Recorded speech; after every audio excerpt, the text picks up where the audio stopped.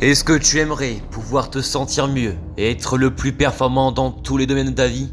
Avoir une discipline d'acier, résister à toutes les épreuves et faire face à la difficulté? La solution à ça, c'est la santé mentale. Et aujourd'hui, on va voir les 12 points qui vont te permettre de l'améliorer.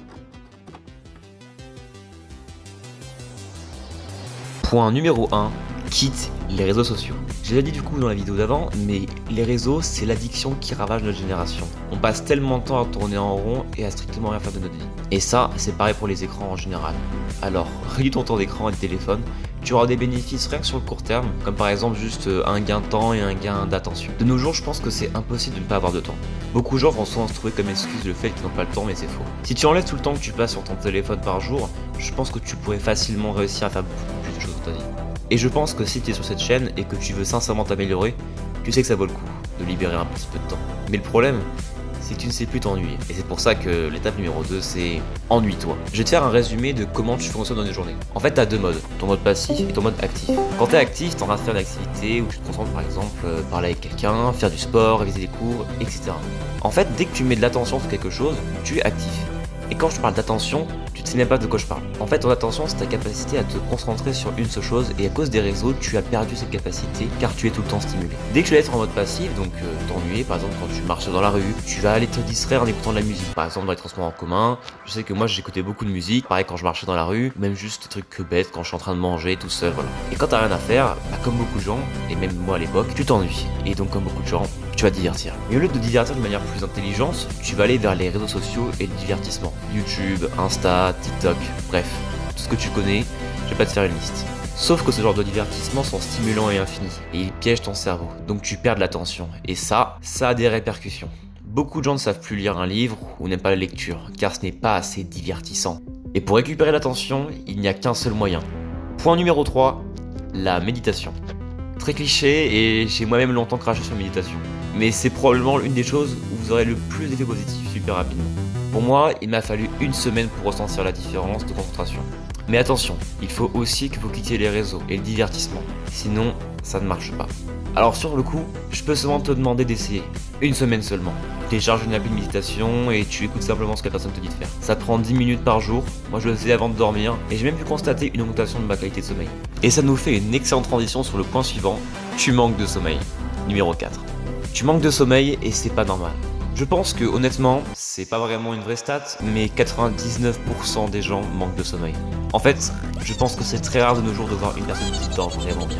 Et ça, c'est dû à notre mode de vie avec les écrans qui altère la qualité de notre sommeil, à cause d'une chose, la surstimulation. Et je pense que c'est pas vraiment une chose difficile à faire. Déjà, arrête simplement les écrans 1 heure avant d'aller dormir, et fais en sorte de dormir 8 heures.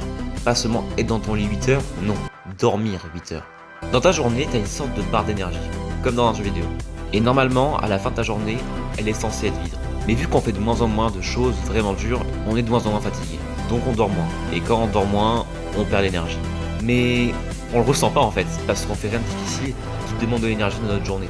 Alors, règle ton cycle de sommeil et commence à faire une activité qui te fait dépenser l'énergie. Et quoi de mieux que faire du sport? Il faut que tu fasses du sport. Et en vrai, c'est assez logique. Faire une activité physique régulière, c'est recommandé par tous les médecins. Mais surtout, fais un truc qui te plaît. Je vais pas dire forcément d'aller à la salle de sport ou de faire la musculation. Non, juste fais un sport qui te plaît. Si tu veux avoir un meilleur physique, forcément que la muscu sera plus optimisée. Mais il faut que tu trouves quelque chose où tu mettes de l'énergie qui te plaît. Et déjà si t'es en surpoids ou que t'es skinny, faire du sport va te faire du bien pour aller dans ton corps. Si tu te sens bien dans ta peau, ta confiance et ta santé mentale va exploser. Moi c'est littéralement le sport avec la musculation qui m'a poussé à me dépasser et à me sentir mieux. Et ne me dis pas que t'as pas les moyens. Tu veux faire plein d'exos chez toi sur le sol, t'as pas forcément besoin de club. Moi je fais du street workout ou la calisthénie et je peux tout faire gratuitement. Et même si j'ai acheté un peu d'équipement, t'as pas besoin de ça pour commencer. Et si t'as un peu d'argent à dépenser dans un abonnement à la salle, honnêtement, c'est un des meilleurs investissements à faire si tu y vas. Et ne me dis pas que t'as pas le temps, je l'ai déjà dit tout à l'heure, tout le monde a du temps et tu n'as pas d'excuses.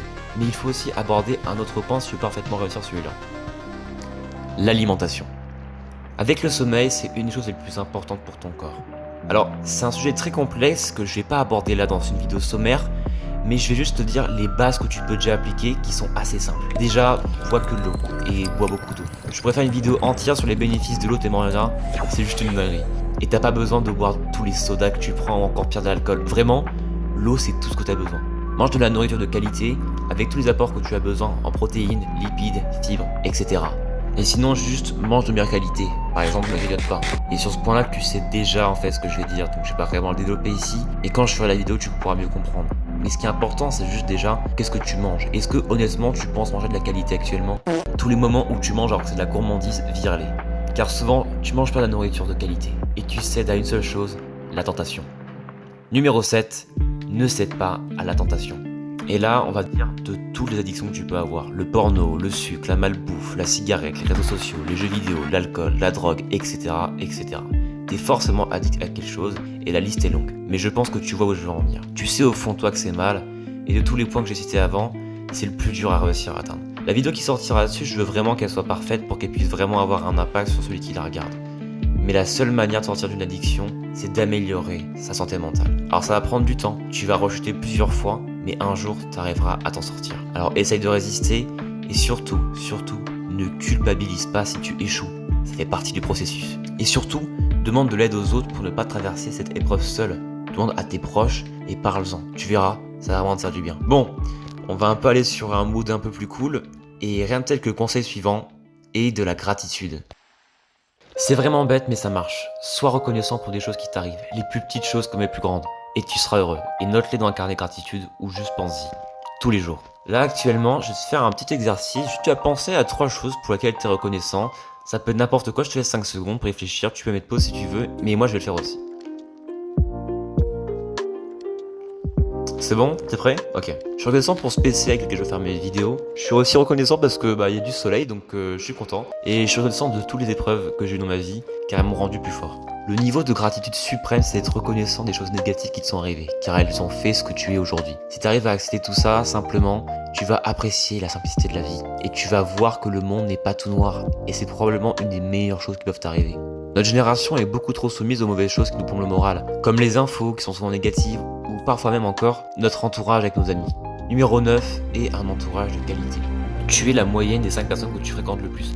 Cette phrase, tu as probablement déjà entendu, mais je pense qu'elle est vraie. Un peu cliché, mais je pense qu'elle est vraie. Et quand je parle d'entourage, c'est aussi le reste qui t'entoure avec les réseaux sociaux et les gens que tu suis dessus. Les gens que tu regardes sur YouTube ont aussi une influence sur toi. Si tu regardes des youtubeurs dev perso comme Loan LV ou Michael Wu, peut-être que tu seras plus dans le dev perso et tout ce qui est santé mentale.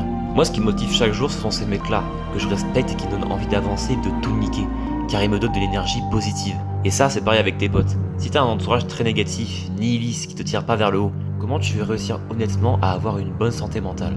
L'homme est un animal social et on se nourrit de ce qui nous entoure. Tu vas probablement perdre des potes, mais est-ce que c'était honnêtement des bons potes? Honnêtement, tu pourras mentir au monde entier, mais pas à toi-même. Est-ce que c'est vraiment tes potes? Point numéro 10, journalise tes journées. La première étape d'une bonne santé mentale, c'est de ne pas être dans le doute, de ne pas être dans le questionnement de qu'est-ce que tu vas faire.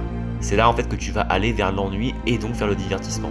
Actuellement, pense à un truc que tu dois faire. Moi, là, il faut que j'enregistre cette vidéo, donc je vais m'enregistrer. Maintenant, avec tout ce que tu as besoin de faire, tu te fais un emploi du temps de ta journée du lendemain. Aller à la salle, écrire des vidéos, faire du dessin, lire un livre, bref, ça c'est ce que moi je pense et que j'ai besoin de faire. Mais toi, ça peut être tout et n'importe quoi. Et si t'as vraiment rien à faire, développe une compétence. Là, je te parle d'une activité que tu peux faire qui peut être utile. Car tu peux tryhard autant que tu veux, jouer ton mage mort-vivant sur WoW classique et faire des BG dès que t'as du temps libre, ça va pas te rendre meilleur dans la vie.